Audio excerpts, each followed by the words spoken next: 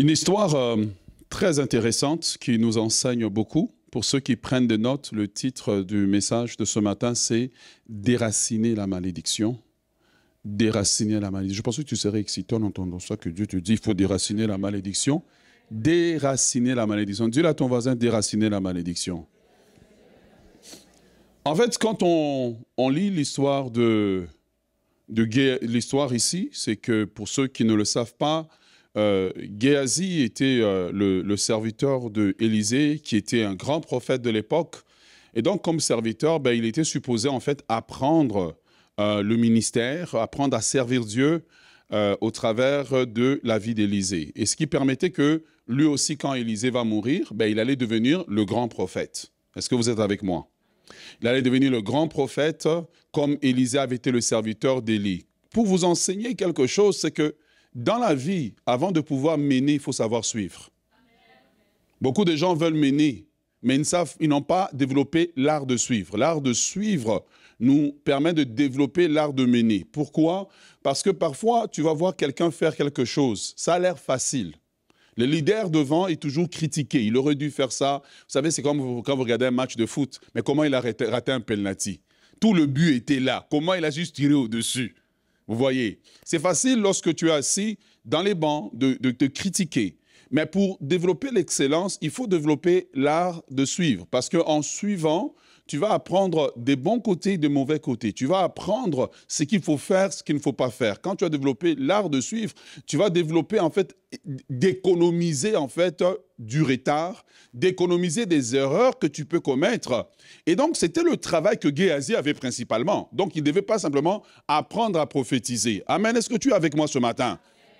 Mais il devait aussi apprendre à acquérir le caractère d'un homme de Dieu, acquérir l'éthique du ministère. Parce que le ministère, ce n'est pas seulement je viens et puis je prêche. Non, j'ai la responsabilité envers les brebis que Dieu m'a données. J'ai la responsabilité de les paître parce qu'il y a une différence entre prêcher et paître. Prêcher, je viens, je parle, je ne suis pas responsable. Voilà, tu vois, je viens, je parle, je dis ce que j'ai à dire et puis qu'importe. Mais paître, je dois aimer les brebis, je dois passer du temps avec elles, je dois les comprendre, je dois rentrer dans leur contexte tout en sachant leur nudité, de ne pas les abuser. Oh yes. Ooh, second service, I like it. Ouais, de ne pas les abuser. Parce qu'à un moment donné, quand tu es leader, les brebis te font confiance, les gens te font confiance. Et donc, comment tu vas agir? Comment tu agis envers le sexe féminin? Est-ce que tu deviens... jette ta sémence partout car tu ne sais pas qu'est-ce qu'il rapportera? Ou bien tu développes une certaine éthique du ministère, une façon de faire que les femmes se sentent en sécurité pour venir te voir et te parler. Et elles savent pertinemment qu'elles sont rentrées habillées, elles sortiront habillées. Parce que parfois, tu penses que tu es fort jusqu'à ce que les vents et les tentations, quand tu es en haut, t'exposent. Parfois, tu penses que tu n'aimes pas l'argent. Jusqu'à ce qu'un jour, il y a 10 000 $ sur ta table. Prendrai-je ou ne prendrai-je pas? Tel est le dilemme. Et donc, c'est pour cela que parfois, Dieu a mis l'appel en toi, Dieu a mis le don à toi, mais Dieu prendra plus de temps à te faire attendre. Et le problème de notre génération, c'est une génération de jeunes qui aiment se précipiter. À peine il a dit une prophétie, il est devenu prophète des nations. Et nous alors, on nous passe? Ouais. J'aimerais parler au Géasi ce matin, à qui Dieu donne l'opportunité d'être à côté d'un homme de Dieu, à qui Dieu donne l'opportunité. Peut-être que tu as l'appel de Dieu, mais présentement tu es juste protocole. Fais ton protocole avec excellence. Ah ouais. Tu es Géasi, peut-être que Dieu t'appelle, voilà. Dieu t'a donné une prophétie, Dieu t'a appelé. Et peut-être que tu es caméraman, peut-être que tu es juste un placier, peut-être que tu fais quelque chose. Ce que Dieu t'appelle à faire, tu dois exceller dans la saison où Dieu t'appelle à suivre. Si tu ne sais pas exceller dans la saison où Dieu t'appelle à suivre, tu n'es pas digne du ministère. Non, vous ne m'avez pas donné amen. Hein? Je vais entendre mes fils et mes filles me donner amen. Je vais vous entendre me donner amen. Et le problème que nous avons aujourd'hui, c'est l'art de suivre. L'art de suivre, pas seulement d'apprendre à prêcher, mais d'apprendre à imiter le caractère de ceux qui sont devant. Il y a des choses qui arrivent. Ma seule référence que j'ai, il n'y a pas de livre. Ma seule référence, c'est comment mon père faisait. Ah oui. Parce que tu vas te rendre compte quand tu es devant, les lignes ne sont pas toujours droites. Parfois elles sont courbes, parfois elles sont obliques et parfois elles n'existent pas. Tu es comme dans certains pays dont la lettre de nom commence par une lettre de l'alphabet, où le chemin commence. Puis soudainement, ça se transforme en ravin. Soudainement, il n'y a plus de chemin, mais on te dit, si tu continues tout droit, tu vas arriver au village suivant. L'art de suivre, c'est l'art de rester auprès des hommes de Dieu et de demeurer dans les bonnes saisons ou les mauvaises saisons. Est-ce que je peux continuer? L'art de suivre, c'est l'art de rester là et de ne pas être facilement offensé. Il y en a que Dieu ne peut pas élever parce que, tu sais, le problème, c'est que ton papa et ta maman ne t'ont pas fait assez de remarques. Donc quand tu arrives ici, on te dit seulement, mais ta chemise est mal attachée. Je ne viens plus. On te dit, vous connaissez ma chanson, Les Jeunes Sœurs. T'as mis plus en noir. Tu es frustré. Oh, comment il parle de mon habit? Je suis seulement venu prier. Je suis un père pour toi, j'ai le droit de dire ce que j'ai à dire. Et au plus tu te fâches, au plus je veux le dire. Comme ça, dans le mariage, quand tu vas entrer, quand on te fera une remarque là, tu apprendras à encaisser la remarque. Et peut-être tu as raison, on t'a mal parlé, mais tu vas parler 3 jours plus tard, le temps de digérer, de savoir comment sortir la chose. Et amen rarissime. L'art de suivre. L'art de suivre, c'est l'art de Géasi. C'est développer cet art d'imiter ceux qui nous ont précédés et de marcher dans leur voie. L'art de suivre. L'art de suivre, c'est l'art de ne pas être offensé facilement. Parce que quand tu suis quelqu'un, tu seras offensé facilement. L'art de suivre, c'est l'art de voir le mal dans celui qui t'a précédé et d'apprendre à fermer ta bouche. Oui. Parce que l'homme que tu suis est d'abord un homme avant d'être de Dieu. Donc il ne sera pas parfait. Et le problème de Géasi, pour attirer notre texte, il a vu Élisée comme étant un homme faible. Il dit, oh, mais il a maltraité cet homme. Mais cet homme ici, on pouvait tirer 10 000 $ de lui. Comment il est venu prier pour toi? Tu as juste prié pour lui, tu l'as laissé partir. Parfois, tu vois celui qui t'a précédé faire des choses. Jusqu'à ce que tu t'assieds dans la chaise, tu ne comprends pas pourquoi. Il y a ce qu'on appelle l'instinct du ministère, l'instinct de la vie. Parfois, tu as l'impression que tu as vu ton papa parler à ta maman, et puis tu as vu ta maman faible. Et toi, tu as dit, moi, aucun homme ne va me parler comme ça. Écoute-moi bien. Le jour, tous les hommes, c'est des champions. En public, c'est tous des champions. En public, ils sont tous des héros. En public, ils sont tous forts. Quand le matin arrive, la décision a changé. Parce que les hommes, c'est des sprinteurs. Les femmes, c'est des marathoniennes. Quand tu mets un sprinter et marathonien, le sprinter va lâcher. Est-ce que tu es avec moi? Ok. Ah, je vous donne ça comme ça, là. Je ne sais pas pourquoi le Saint-Esprit me permet de parler comme ça. L'art de suivre, c'est l'art de voir la faiblesse de celui qui t'a précédé et de ne pas t'en servir comme un moyen de l'achever. Parce qu'en suivant quelqu'un, en suivant ton père, en suivant ta mère, il arrive un temps où toi-même tu deviens un père, toi-même tu deviens ou bien un adulte. Et tu vois ton père, et un jour tu te rends compte, ben, il n'est pas aussi fort que je pensais. Mais si lui et moi on se bat, mais je peux l'achever. Mais c'est là que tu te souviens que si j'ai la vie, c'est à cause de lui. Il vient un temps dans l'église où peut-être que Dieu t'élève plus que moi. Mais il vient un temps où tu te souviens que si j'ai l'opportunité même d'ouvrir ma bouche en public, c'est parce qu'un homme m'a fait confiance. Non, donnez-moi amen. Donnez-moi amen. Ah oui, il vient un temps comme ça. Il vient un temps, l'art de suivre, c'est ça. L'art de suivre, je ne sais pas si je suis rendu au 4e, c'est l'art de recevoir une instruction qui ne nous plaît pas, mais de l'appliquer. Parce que celui qui est devant a donné l'instruction. Et c'est ça le problème. Tu envoies ton enfant, va faire la vaisselle. Fais la vaisselle jusqu'au bout. Ne saute pas les casseroles. Fais pour plaire à celui qui t'a dit. Et tu vois dans le caractère, la relation de Géasi et de Élisée, on découvre en fait un principe important dans la vie. Dieu nous permet de suivre avant de nous permettre de mener. Ceux qui ont développé l'art de bien suivre deviennent les bons meneurs de demain. Oh yes. Parce que tout ne s'apprend pas à l'école. Tout ne s'apprend pas à l'école, tout ne s'apprend pas dans les livres. Il y a des choses que tu apprends simplement par l'habitude, l'art de suivre, l'art d'être là, l'art d'écouter quand celui qui t'a précédé donne des conseils. Un jour, on te dit de prêcher. La première prédication que tu sors, tu dis, oh, mais comment est-ce que le pasteur Omer avait prêché telle prédication? Ah, je vais prendre telle prédication, le point numéro 1. Tu ne nous sors pas ici avec une nouveauté. Apprends à imiter avant d'être original. Dis à ton voisin, apprends d'imiter avant d'être original. C'est pour cela que tous les enfants qui cuisinent dans une maison commencent d'abord par imiter la cuisine de maman. Oh yes, ils imitent d'abord la cuisine de maman, ils imitent la cuisine de maman, puis à un moment donné, ils deviennent originaux. Mais quand ta première cuisine, tu nous sors des quinoa et puis des hachis, on veut bien manger, mais la chair est faible. Est-ce que tu es avec moi? Quelqu'un acclame le Seigneur. J'ai dit quelqu'un acclame le Seigneur. J'ai dit quelqu'un acclame le Seigneur, je n'ai pas dit quelqu'un applaudit. Oh yes. L'art de suivre. Et j'aimerais parler aux jeunes gens. Dieu n'a pas mis votre papa à côté de vous pour s'opposer à vous. Il vous a mis un repère dans la vie. Un père est un repère. Et vous devez apprendre à aimer votre père, à aimer votre mère et à le lui dire. Ce n'est pas votre père, votre mère n'est pas un guichet automatique. Le seul moment où tu souris, c'est quand tu as la carte de banque. Apprenez à être gentil avec vos parents. Apprenez à être gentil. Mais dans l'histoire de Géasi, il y a une autre histoire qui transparaît. C'est l'histoire d'un homme qui avait un avenir.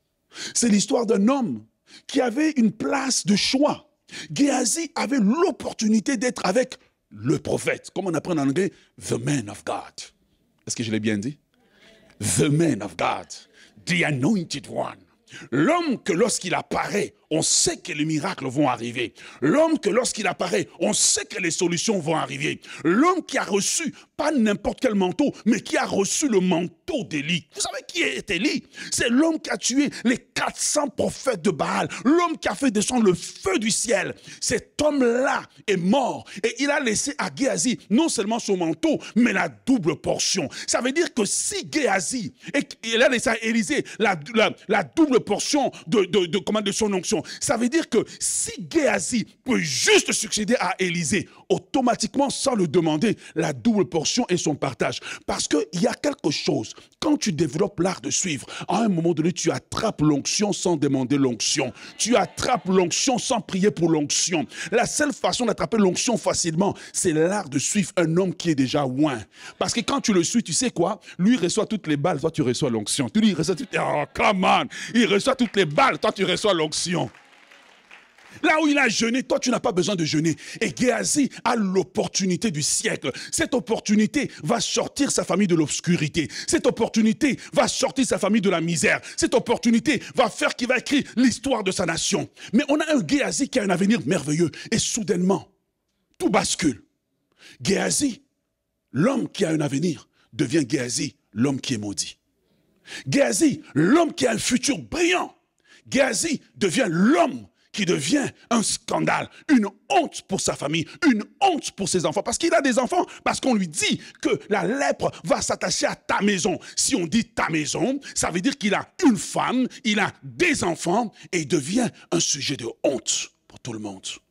Comment est-ce que la vie d'un homme qui a été appelé à l'excellence, au plus grand sommet, comment est-ce que la vie d'un homme qui a été appelé à devenir top dans sa génération, un homme qui a tout pour réussir, mais soudainement, sa vie va basculer. Je veux que tu m'écoutes attentivement. Je ne veux pas que tu te laisses distraire parce que Dieu est en train de parler. La façon dont le message est en train de sortir, même moi-même, j'ai du mal à suivre. God. Oh God, you good. Comment ça se fait?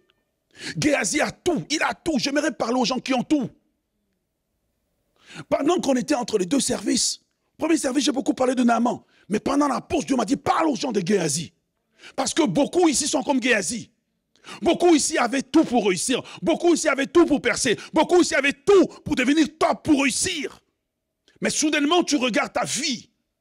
Quelque chose s'est passé. Comme quelque chose s'est passé dans la vie de Géasi. La vie d'un homme ne bascule pas au hasard. Elle bascule toujours par des actions et par des actes qu'il pose. Je veux que tu m'écoutes. Je veux que tu oublies ton voisin. Si ton voisin te parle, dis-lui, tais-toi, j'ai besoin d'écouter ça. Peut-être que ça s'adresse à moi. Oh yes. Et Géasi, il est à côté du meilleur de sa génération. Il finira le plus nul de sa génération. Il est à côté de l'excellence, il finira dans la médiocrité. Il est à côté de l'opportunité, il va rater l'opportunité.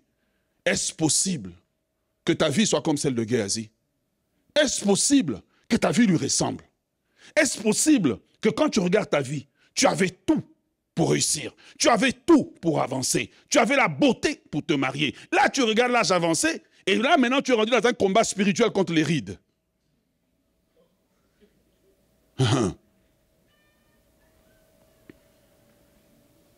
Dieu voudrait te parler. Qu'est-ce qui s'est passé? Un petit geste qu'il a posé a fait basculer toute sa vie. Le pire, c'est que Géasi n'a pas échoué nécessairement par ce qu'il a dit. Il n'a pas échoué par ce qu'on lui a dit. Mais à un moment donné dans son parcours, il est parti attraper une malédiction. Et la malédiction a fait basculer toute sa vie. Un homme qui était prédestiné à la gloire est devenu un homme qui est devenu héritier de la honte. Un homme qui était supposé être grand est devenu un homme sujet de honte, sujet de médiocrité. J'aimerais te parler de la part de Dieu aujourd'hui, écoute-moi. Qu'importe l'âge que tu es, tu peux encore faire basculer ta vie. Qu'importe l'âge que tu es, tu peux encore redresser ta courbe. Qu'importe l'âge que tu es, tu peux encore apporter le changement. Le changement est possible encore aujourd'hui. Alors que Géasi va voir Naaman le Syrien aller, il va dire, « Ah, mon maître l'a traité facilement. Je vais courir après lui. Et puis, je vais tirer de l'argent de lui. » C'est dangereux dans la vie quand tu aimes trop une chose. Il faut tout aimer avec modération. Chérie, je t'aime à la folie, je mourrai pour toi. Non, je t'aime à la folie, mais je ne mourrai pas pour toi. Je vais mourir, meurs seul. Ouais, je dis amen moi-même. Je ne mourrai pas pour toi. C'est Jésus qui est mort pour toi. Hein? Jésus qui est mort pour toi. Toi et moi, on est liés pour la vie. On n'est pas liés pour la vie, on n'est pas mariés. Est-ce que tu m'entends? Et qu'est-ce qui se passe? Géasi va courir. Et puis, il s'en va prendre quelque chose. Et en apparence, l'argent qu'il a pris semble être rien pour lui. En apparence, l'argent qu'il a pris, c'est juste de l'argent. Mais Élisée va lui dire, l'argent que tu as pris là, cet argent était maudit en fait. Parce que l'homme qui a donné l'argent était sous malédiction. La lèpre de Naaman, c'est une malédiction. Pourquoi? Parce qu'en tant que général, il va à des endroits, il arrache les propriétés des gens, il arrache les terres des gens, il ouvre le ventre des femmes enceintes, il viole des femmes. Vous pensez que quand ces femmes crient là, Dieu n'entend pas? Vous savez, un homme peut être fort, mais il ne peut pas échapper à la justice de Dieu. Et je voudrais parler aux gens à qui on a peut-être arraché des propriétés, à des gens à qui on a fait des injustices, à des gens, peut-être ton père est décédé, puis on vous a mis dehors avec ta maman, puis on a tout pris. La justice de Dieu tombe toujours sur ces gens. Si tu observes bien leur vie, ces gens ne prospèrent jamais. Parce que Dieu est le Dieu de veuves et des orphelins. Et il y a certaines traditions qu'il faut combattre et arrêter. Ah oui. Ah oui. Oh, notre frère est mort, on l'aimait. Mais tu mets la veuve et l'orphelin dehors et ses enfants, ils deviennent quoi? C'est comme ça que tu regardes les enfants de ces gens qui ont fait ça aux autres. Leurs enfants ne prospèrent pas. Parce qu'il y a un jugement qui vient. Oui, Dieu est le Dieu des veuves et des orphelins. Alors que Géasi va faire ça, Géasi attrape la malédiction. Et donc cela nous donne quelques éléments que j'aimerais discuter avec vous ce matin. Il y a 4 effets de la malédiction. La première chose qu'on apprend de la malédiction, c'est que la malédiction peut se transférer d'une personne à l'autre. Est-ce que tu es avec moi? Elle peut se transférer. Comment elle se transfère? La malédiction de Naaman. Quand Naaman est entré, il est venu avec son argent et tout. Naaman est sorti. Sa malédiction est restée. Géasi est parti, il a pris l'argent. C'est dans les paroles d'Élisée qu'on comprend pourquoi Élisée n'a pas pris l'argent. Il y a des moments où les gens viennent nous voir et disent « Oh, tu as prié pour moi, je vais te donner. » Papa, va donner ton argent au comptable, ne va pas me donner. Ouais, il y a des moments où tu ne sens pas de le prendre. Papa. Il ne faut pas faire le travail de Dieu. Tout ce que tu fais, il faut qu'on te paye, il faut qu'on te donne. Tu es devenu mendiant ou tu es un homme de Dieu? Est-ce que tu es avec moi? Et là, quand Géasi s'en va, eh bien, qu'est-ce que son apprend? C'est que la malédiction qui n'était pas destinée à lui, la malédiction qui ne lui appartenait pas, qui appartenait à Aman, a quitté Aman. Et comme une malédiction ne meurt pas, elle cherchait un transporteur. Et puis Géasi est parti, il a pris l'argent. Et en apparence, rien ne s'est passé. La plupart des gens, quand ils prennent une malédiction, au départ, rien ne se passe. Pourquoi? La malédiction est comme une semence. Elle a besoin de temps pour pousser. Et quand elle commence à se manifester, généralement, tu as oublié, en fait, la semence qui avait été plantée. Est-ce que tu es avec moi? Alors, retenez en principe qu'il a obtenu cette malédiction, pas parce que, d'abord, Élisée avait parlé. Il a obtenu par un objet. Ouais. Qu'il a pris et il l'a mis dans sa maison. Est-ce que tu es avec moi? Donc, numéro 1, la malédiction est transférable. Elle peut quitter quelqu'un et être sur un objet que toi, tu as dans ta maison. Comment les gens ont la malédiction? Non seulement par des paroles puissantes qui sont prononcées, comme dans le cas d'Élisée qui a prononcé ce Géasi, mais par un objet dans leur maison. Et souvent, nous avons des objets qu'on a hérités de nos familles. Tu sais, cette petite canne a toujours été dans notre famille. Et toi, tu te maries, on te donne la canne. Et tu vas mettre la canne. Mais tu ne te poses pas la question, mais la canne ici, elle sert à quoi? Et tu mets dans ta maison. Tant et aussi longtemps c'est dans ta maison, la malédiction va régner. Ouais. Est-ce que tu es avec moi? La malédiction peut s'obtenir par un objet qu'on a hérité, numéro 1. Numéro 2, elle peut s'obtenir par un objet qu'on vous a donné ou prêté. Et j'aime beaucoup parler ces derniers temps, je ne sais pas pourquoi Dieu le permet, aux gens qui aiment trop emprunter les chaussures des gens,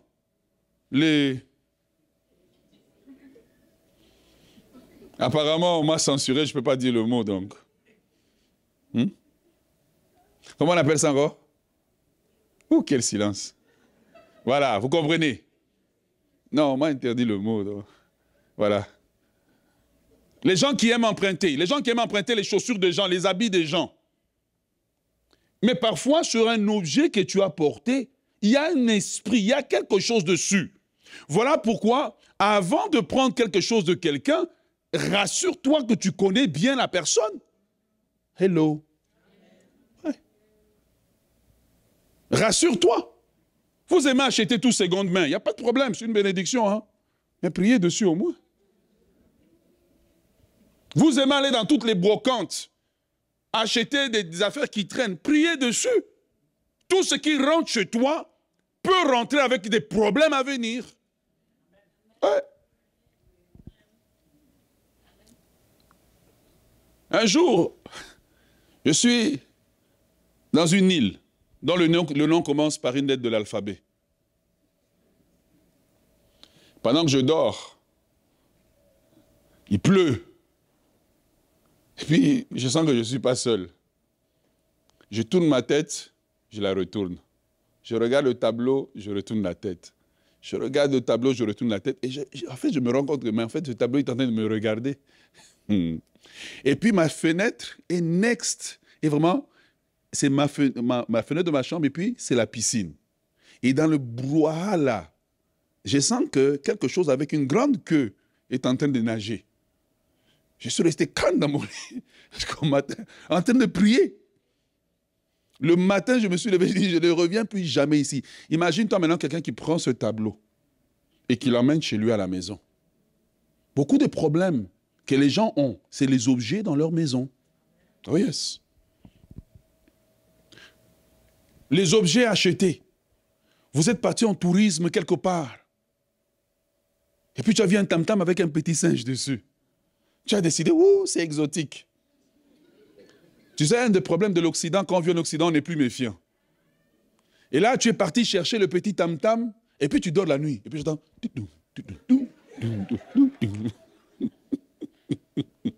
Tu te réveilles, tu vas écouter, il n'y a rien. Tu vas dormir. Tu vas regarder, il n'y a rien. Quand tu dors, tu entends l'appel ton nom. Ézéchiel. Ça va?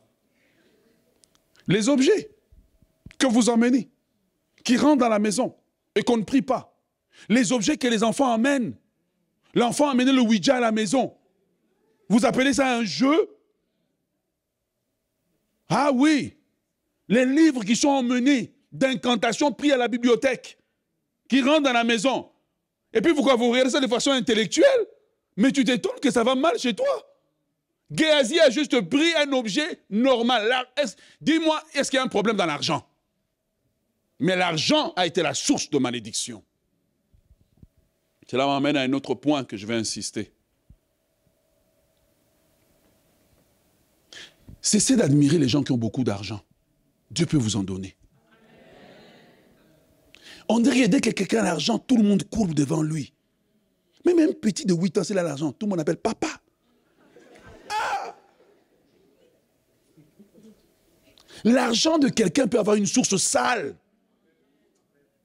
C'est pour ça que je dis à nos sœurs, lorsque tu fréquentes un homme, arrête dès le premier date. Il faut qu'on paye ton repas, il faut qu'on paye ton transport, il faut qu'on te donne encore. Mais ma sœur, tu es de l'herbivore.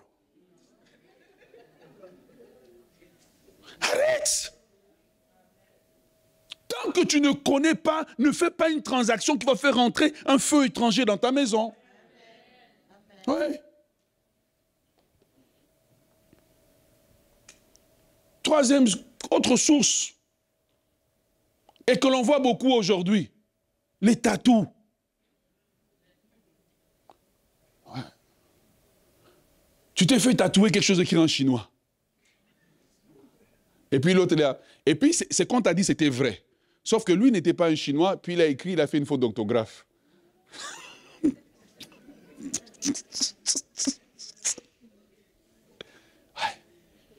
Aujourd'hui, les gens veulent se faire tatouer toutes sortes de choses, et la discussion, est-ce que c'est biblique, ce n'est pas biblique, est-ce que tu es né avec?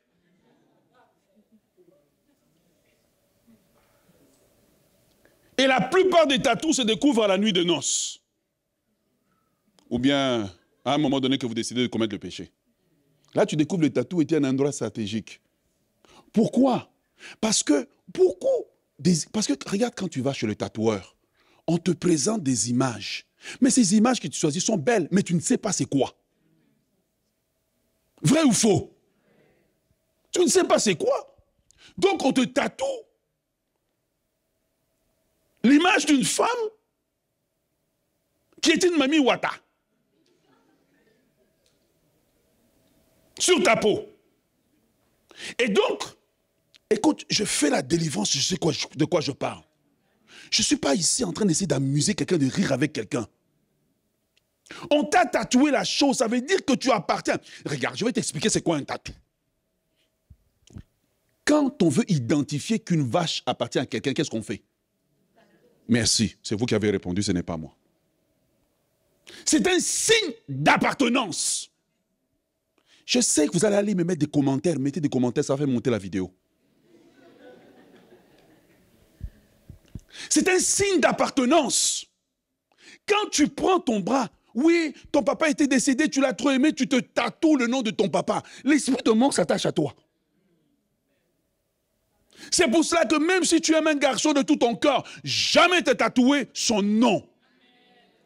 Parce que le jour où vous êtes quittés, le tatou devient l'alliance qui vous lie. Ah ouais. Je ne suis pas dans le modernisme, je suis dans le spirituel et je sais de quoi je parle. Et le problème de beaucoup de gens, c'est ce qu'ils sont en train de cacher, qu'ils ne veulent pas dire. Le tatou. Ne vous faites pas tatouer. Ne te fais pas tatouer. Non. Regardez, je vais vous expliquer. Comment savoir quoi ne pas faire? C'est très simple dans la vie. Tout ce que le diable rend populaire est dangereux. Il rend le sexe dans tous les sens populaires parce qu'il sait que c'est la voie de transmission des démons. Le Satan ne rendra... Regarde, si c'est comme ça, pourquoi il ne rend pas le mariage populaire? Parce qu'il sait que par le mariage, on limite la transmission des démons.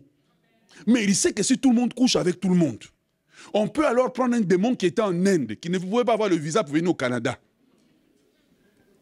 Et on sait que toi, tu es parti à Bali ou je ne sais pas trop où. On sait que tu peux prendre ce démon là-bas et tu peux l'amener ici. C'est que je te dis, c'est quelque chose de spirituel. Et la Bible dit que c'est spirituellement qu'on discerne. Vous voulez suivre toutes les modes qui arrivent. Vous voulez suivre tout ce qui arrive. Et puis tu te vois, quand tu arrives, on te dit, hein, il faut enlever tes boucles d'oreilles, tu es un garçon, tu te fâches. On te dit, regarde, il faut parler, te faire tatouer. Oh mais de quoi il se mêle? C'est ma vie. Quand tu vas ramasser la malédiction, tu viendras que je prie pour toi, non? C'était moi, amen. Ah, un objet. Il a pris un objet. Quand la malédiction vient, numéro 2, donc premier point, c'était la malédiction que beaucoup de gens ont, viennent par des objets. Ouais. Vous aimez imiter. Oh, telle chanteuse a mis une chaîne au pied. On met aussi la chaîne au pied. Est-ce que tu as étudié c'est quoi la chaîne au pied? Vous essayez de tout minimiser. Oh, mais c'est pas... Non. Ne fais pas des choses qui ne sont pas dans ta culture et que tu ne comprends pas. Et je ne dis pas ça pour que quand on rentre à la maison, chaque parent maintenant a des munitions contre son enfant. Parce que je connais tout le monde ici. Je dis ça pour qu'on s'aide mutuellement. Je dis ça pour que nous puissions agir avec amour, pour que nous puissions examiner nos vies. Que chaque jeune s'examine aussi lui-même pour dire « Ah, mais non, ça, je peux laisser tomber. Ça, je peux laisser tomber de moi-même. Je n'ai pas besoin qu'on me parle. Dieu m'a parlé quand j'étais à l'église. Ça, je laisse tomber. » Et beaucoup de gens ont des problèmes étranges parce qu'ils ont des objets étranges dans leur maison. La Bible dit que quand l'arche de l'alliance, un objet, est entré chez Obed-Édom, la maison a été bénie.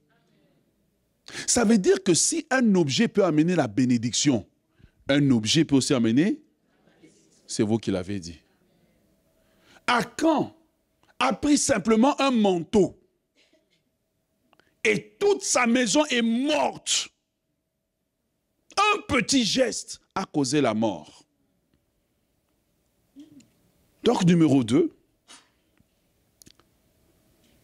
quand la malédiction rentre dans la vie de quelqu'un, elle ne rentre pas partout. Elle est juste dans un domaine particulier de sa vie.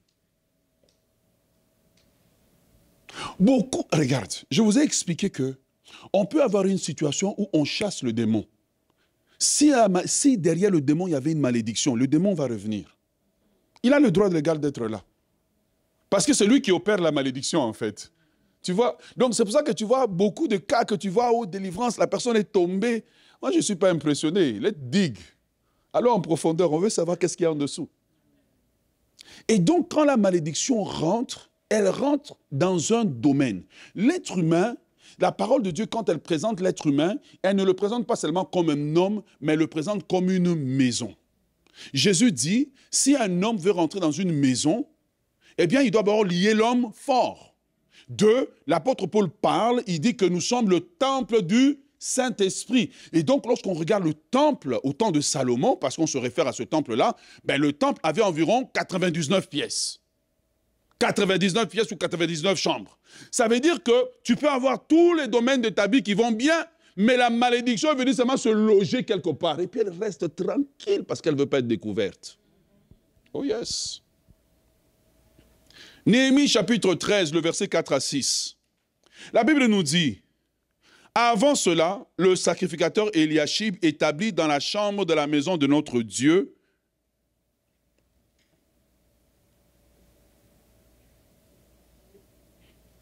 et parent de Tobija, avait disposé pour lui. Regarde, ce n'est pas Tobija qui a pris la chambre, quelqu'un lui a donné accès. Il dit, établi pour lui, avait disposé pour lui une grande chambre où l'on mettait auparavant de l'encens, des ustensiles, la dîme, du blé, du mou, de l'huile, ce qui avait été ordonné pour les Lévites, les chantres et les portiers, et ce qui avait été prélevé pour les sacrificateurs. Je n'étais point à Jérusalem avant que tout cela eût lieu, car j'étais retourné auprès du roi Artaxerxès auprès de Artaxerxès, roi de Babylone. Ici, lorsque tu lis le chapitre, Néhémie explique que le temple appartenait à Dieu. Comme toi, tu as un temple, tu appartiens à Dieu. Tu dis, je suis le temple du Saint-Esprit. Oui, tu es le temple, mais est-ce que toutes les pièces sont propres?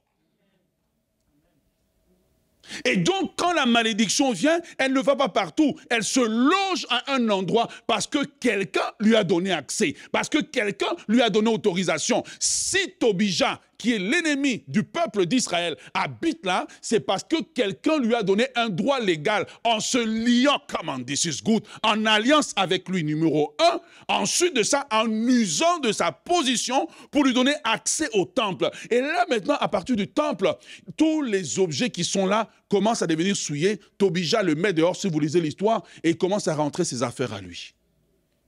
Quand la malédiction rentre dans la vie de quelqu'un, elle va rentrer dans une seule place, et à partir de cette place-là, elle va commencer à opérer avec pour but maintenant d'atteindre d'autres domaines de sa vie. C'est pour ça que tu vas voir quelqu'un, il est bien, mais il y a un domaine de sa vie qui est bizarre. Là maintenant, je reviens à notre texte original. C'est comme ça que tu pouvais regarder Naaman. La Bible dit, Naaman c'était le grand général qui avait vaincu l'armée d'Israël, le grand général qui avait fait des exploits. Mais la Bible dit, mais Naaman était syrien. Quel est le mais de ta vie? Oh yes, tu es intelligent, mais quel est le mais? Tu es belle, mais quel est le mais? Quelque part dans ta vie, il y a quelque chose qui fait que quand tu regardes, tu dis, cette pièce-là. Et souvent, Satan a l'art de te faire faire quelque chose et puis d'éteindre la mémoire. C'est pour cela qu'une des prières dans la délivrance que je fais toujours avec les gens, c'est que la lumière soit. Une des prières que je fais, c'est toujours, Seigneur, ouvre sa mémoire. Ouvre sa mémoire. Pourquoi? Parce que tant que tu oublies, tant que tu ne te rappelles pas, tu ne peux pas confesser ce que tu ne connais pas. Tu ne peux pas chasser ce que tu ne vois. C'est parce que Néhémie savait que Tobija était logé illégalement, selon Dieu, dans le temple, que maintenant, Néhémie pouvait aller le déloger. Et donc, une des clés pour être délivré de la malédiction, c'est que Dieu ouvre ta mémoire pour que des choses même que tu regardes comme étant ordinaires, tu te dises, ici, il y a quelque chose qui n'est pas normal. Oh yes. La deuxième chose que Satan fait, c'est l'art du camouflage. L'art du camouflage, c'est de faire passer une situation anormale comme étant normale. Hein? Tu vois, une situation normale. Une situation anormale. Il te convainc, mais non, c'est normal, ça arrive aux gens, ça arrive à tout le monde. Regarde, tout le monde n'a pas d'emploi, mais tu n'es pas tout le monde. Tu es le fils du roi des rois, tu es un prince du royaume de Dieu, tu es élu de Dieu, tu es hérité de Dieu, co-héritier de Christ. Tu n'es pas n'importe qui. Les règles qui s'appliquent à eux ne s'appliquent pas à toi. Est-ce que tu es avec moi? Bien-aimé, il est temps de regarder ta vie. Troisième des choses. Quand la malédiction s'établit quelque part, elle commence tranquillement à établir un schéma nouveau ou à établir des règles nouvelles. La malédiction opère comme un virus. Tout le monde sait c'est quoi un virus d'ordinateur? Oui, non. Si tu sais c'est quoi, lève la main comme ça, on va expliquer aux autres. Lève bien haut. Qui sait c'est quoi un virus d'ordinateur? Tu sais pas? J'explique. Ah, tu sais, mais tu n'as pas levé la main. On a dit de lever la main. Tu vois, quand un virus rentre dans l'ordinateur, il rentre toujours par un programme. Mais le but du virus, c'est quoi? C'est de prendre contrôle de l'ordinateur, n'est-ce pas? Comment il prend contrôle? C'est en corrompant le programme pour établir son programme. C'est pour ça que tu ne peux pas prendre la malédiction à la légère. Parce que quand elle rentre dans ta vie, elle rentre par une porte. Mais le but, si elle rentre par la porte de la maladie, le but, c'est de te faire perdre des finances. Le but, c'est qu'avec les finances, tu n'as pas la possibilité d'avoir un travail. Tu vois, elle rentre et elle commence à travailler. Elle travaille lentement jusqu'au point de te ruiner totalement. C'est pour cela que tu ne peux pas prendre ça à la légère. J'aimerais parler à quelqu'un. Quand on est jeune, on fait facilement avec nos amis des pactes de sang. Vos BFF là. C'est ça, vous appelez ça? On est amis pour toujours. Mais tu es en train de te lier dans une alliance. Tu es en train de te lier. Tout ce que j'ai à moi est à toi. Hey, dis ça à ta femme. Dis pas ça à un ami. Parce que lui, il va te transmettre la pauvreté et prendre ta bénédiction. Ah, que Dieu nous aide. Vous pouvez le lire dans Ézéchiel chapitre 44, le verset 4 à 5. Ézéchiel parle, il dit que la maison de Dieu avait des règles et des régulations. Et Dieu dit à Ézéchiel, regarde, observe, écoute. Tu vois, écoute, regarde les règles. Tant que tu ne connais pas, tu ne vois pas, tu n'es pas capable avec les yeux de Dieu de détecter certaines anomalies dans ta vie, tu vas continuer à vivre. La plupart des gens, ils sont jeunes, ils font des trucs. C'est dans la vingtaine maintenant que les fruits commencent à pousser. C'est dans la vingtaine maintenant. Tu sais, beaucoup de gens, ils jouent. Hein. Quand on prêche comme ça, ils n'écoutent pas. Et puis, c'est le jour où tu veux te marier jeune fille, et puis tu te rends compte que, oups, j'ai gaspillé beaucoup de temps, je me suis trop donné. Et là, tu te maries, tu n'as plus rien à apporter à ton mari, en fait. Tu vois, quand tu dis, ah, mais moi, ça ne me tente pas, mais c'est parce que tu as trop fait. Mais lui, il s'est préservé. Puis toi, tu arrives, ton compteur, 150 000 km. Lui, 900 km. 900 km rencontre 150 000 km. Mais on t'a toujours connu à l'église sainte, tu lèves les mains. Je louerai l'agneau de Dieu qui est. Et puis tu arrives là. Mais si tu avais attendu, tout ça serait neuf pour toi. C'est pour ça qu'on vous dit, attendez, attendez. Ne suivez pas la pression qu'il y a dehors. Vous aurez tout votre temps, même jusqu'à fatiguer. Un soir, tu dis, ne me touche pas. Pause. Pause publicitaire. 4. Et on termine là ce matin. Est-ce que ça vous bénit? Quatrième des choses que tu dois savoir. Une des caractéristiques de la malédiction, ça m'a vraiment choqué lorsque j'ai découvert ça. En fait, la malédiction, quand elle rentre quelque part, c'est pour ça que, tu vois, quand tu conduis, et puis quelqu'un te maudit, il faut lui retourner sa malédiction.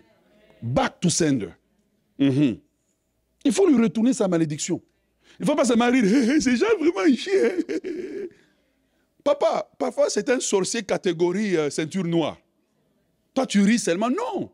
Retourne la malédiction. Oh, on dit maudit ceci. Vous savez le mot qu'on emploie après. Non, je ne suis pas maudit, je suis béni. Ouais. Tu réagis immédiatement, je suis béni. Maintenant, quatrième des choses, c'est que quand la malédiction rentre quelque part, elle combat la bénédiction. Dis à ton voisin, la malédiction combat la bénédiction. Elle combat la bénédiction. J'aimerais vraiment vous aider. Je sais, on vit dans une société où on nous enseigne la liberté. Et puis là, tu as couché avec Georges, tu as couché avec Paul, tu as couché avec je ne sais pas trop. Et puis, tu as couché avec Georges et Paul ensemble. Et puis, tu as enchaîné Georges, Paul, Antoine, Henri. Et puis là, tu es content. Mais ce que tu ne te rends pas compte, c'est qu'on était en train de te transmettre beaucoup de choses qui n'étaient pas originellement en toi. Toi, tu penses que l'acte que tu poses est seulement physique, mais l'acte que tu poses est spirituel. Derrière ton petit plaisir de 15 secondes là, il y a des démons, des malédictions qui se transfèrent. Si personne ne te l'a dit, laisse-moi te le dire, tu penses que Satan l'encourage, pourquoi? Oh, prends ta liberté, prends ta liberté. Quelle liberté? Tu n'es pas libre. On est en train de te réduire esclave. Ouais. Quelqu'un va dire, ah, mais moi je ne fais pas ça. Je regarde juste la pornographie. Mais tu regardes, tu es participant. C'est comme si tu étais en train de le faire. C'est pour cela que la Bible dit que Paul avait assisté seulement au meurtre d'Étienne. Il n'avait pas lancé la pierre. Mais il était considéré quand même comme meurtrier parce qu'il était témoin de la chose. Alors, même quand tu t'assieds devant ton ordinateur et puis tu as allumé, tu as un écran en Inde, un écran aux États-Unis, un écran en Afrique. Et puis, là, tu es confus parce que tu ne sais pas quel écran regarder. Seigneur, fais pousser un troisième œil. C'est que tu ne te rends pas compte. Tu es en communion avec ces choses. Et tout ce que tu vois est en train de se télécharger en toi. Je ne sais pas pourquoi je dis ça. Ce n'est pas un point de mon message. Mais j'aimerais dire à quelqu'un, il ne faut pas jouer avec la pornographie. Et vous pensez que c'est seulement le problème des hommes? Venez à la délivrance. Et vous allez voir. La malédiction combat la bénédiction. Quand la malédiction rentre dans ta vie, son but, c'est de combattre la bénédiction et de remplacer la bénédiction par la malédiction. Malachie chapitre 2, le verset 1 à 2, Dieu dit à Israël, « Maintenant, à vous cet ordre, sacrificateur. Si vous n'écoutez pas, si vous ne prenez pas à cœur de donner gloire au nom, gloire à mon nom, dit l'Éternel des armées, j'enverrai parmi vous quoi ça? Et ensuite, j'ai été choqué de découvrir qu'une bénédiction pouvait être maudite. J'ai été choqué. Ce qui nous montre ici que la malédiction dans la vie de quelqu'un combat la bénédiction. C'est pour ça que tu vas voir que malgré que tu as certaines bénédictions, elles ont comme de la peine à sortir de la terre. Elles ont comme de la peine. Malgré qu'on t'a dit, tourne 3 fois, déclare, je suis béni. Tu as tourné, je suis béni. Mais tu remarques que la bénédiction a du mal, à moins que tu ne commences comme à jeûner, à prier. Mais quand la Bible dit que Dieu a béni Abraham en toutes choses, Abraham a-t-il jeûné? C'est ça. Abraham n'a pas jeûné. Abraham n'a pas jeûné. La bénédiction de Dieu, pour qu'elle vienne sur toi, tu es un enfant de Dieu. Tu n'as pas besoin de jeûner. L'autre jour, je suis en train de quitter la maison. Parce que j'ai quitté pour un certain temps. J'appelle mon garçon, je dis, ah mais tiens, va, tiens, voici $50 si vous avez besoin. Est-ce qu'il a prié pour ça? Est-ce qu'il m'a demandé? C'est ça que je suis en train de vous dire. Donc certains types de prières qu'on fait sont en fait des anomalies. Mais parce qu'on n'a pas la révélation de se dire, mais ce sont des choses pour lesquelles je ne devrais pas avoir à jeûner, prier. Non, non, non, ce sont des choses que votre Père Céleste sait que vous en avez besoin. Mais parce que la malédiction combat la bénédiction. Comme l'ivraie combat le blé. Et donc tu as des gens maintenant qui sont en train de prier là où ils ne sont pas supposés prier. Tu sais, Dieu est tellement bon. Parfois je suis là. Et puis je me dis, Seigneur, dans mon cœur, je ne vais même pas prier. J'ai vraiment besoin d'une somme. Si je te dis, tu vas avoir chaud. Et puis, dans les 24 heures, mon Père Céleste qui sait que j'en ai besoin, il s'organise dans tout l'univers, dans son compte de banque, que quelque chose que je n'avais pas vienne à moi. C'est pour ça qu'à un moment donné, quand tu dois toujours prier, quand tout est juste, n'y a-t-il pas une malédiction qui est en train de combattre la bénédiction? Donc, regarde, on ne dit pas que la malédiction enlève la bénédiction. Dieu dit, elle maudit, ça veut dire qu'elle combat. Elle dit du mal de la bénédiction. Donc, même quand la bénédiction vient, elle ne vient pas dans sa pleine mesure. J'aimerais inviter quelqu'un à ne pas être juste un chrétien oisif. À ne pas juste être quelqu'un qui, tu sais, tu fais des cris. Je suis la tête et non la queue. En haut et non en bas. Même le en bas, là, il est étonné. Il dit, mais tu es toujours avec moi ici. J'aimerais vous inviter, chacun d'entre vous, à s'asseoir. Et la Bible dit que chacun s'examine lui-même. Examine-toi à la lumière de la parole de Dieu. Demande que la lumière de la parole de Dieu vienne. Ce soir, aujourd'hui, nous sommes en train de terminer cette série. Il y a 3 messages avec lesquels tu devrais écouter. Tu devrais t'asseoir, écouter, réécouter. Seigneur, parle-moi. Seigneur, révèle-toi à moi. Le changement ne vient pas quand tu fais du message, un message à usage unique. Quel bon message. Ah, quel exemple. Quand même, le pasteur, il est original. Hein? Waouh! Il sait bien parler. Frère, je ne suis pas là pour bien parler. Je suis là pour que ta vie change. Je suis là pour que tu arrêtes de souffrir. Arrête de tourner en rond. Arrête de voir des choses étranges t'arriver. Géhazi, prédestiné à la grandeur, mais il a fini 0. Combien de personnes, combien de familles étaient prédestinées à la grandeur? Combien de familles ont touché des millions et aujourd'hui ils sont 0? N'est-il pas temps de s'asseoir, de s'examiner? N'avons-nous pas touché à un interdit? N'y a-t-il pas un interdit dans notre maison? N'y a-t-il pas des choses qui sont interdites que nous devrions enlever afin de voir la bénédiction pousser rapidement? Il y a un pays dans le monde dont le nom commence par une lettre de l'alphabet. Dans ce pays-là, il y a une chose. Les légumes poussent tout seuls dans le sol. En fait, parfois quand tu arrives, on dit qu'on a arraché les mauvaises herbes là. En fait, ce sont les légumes qu'on a arrachés. Pourquoi? Parce que ça pousse tout seul. C'est comme ça que la bénédiction doit pousser dans ta vie. Je déclare que la bénédiction va pousser dans ta vie.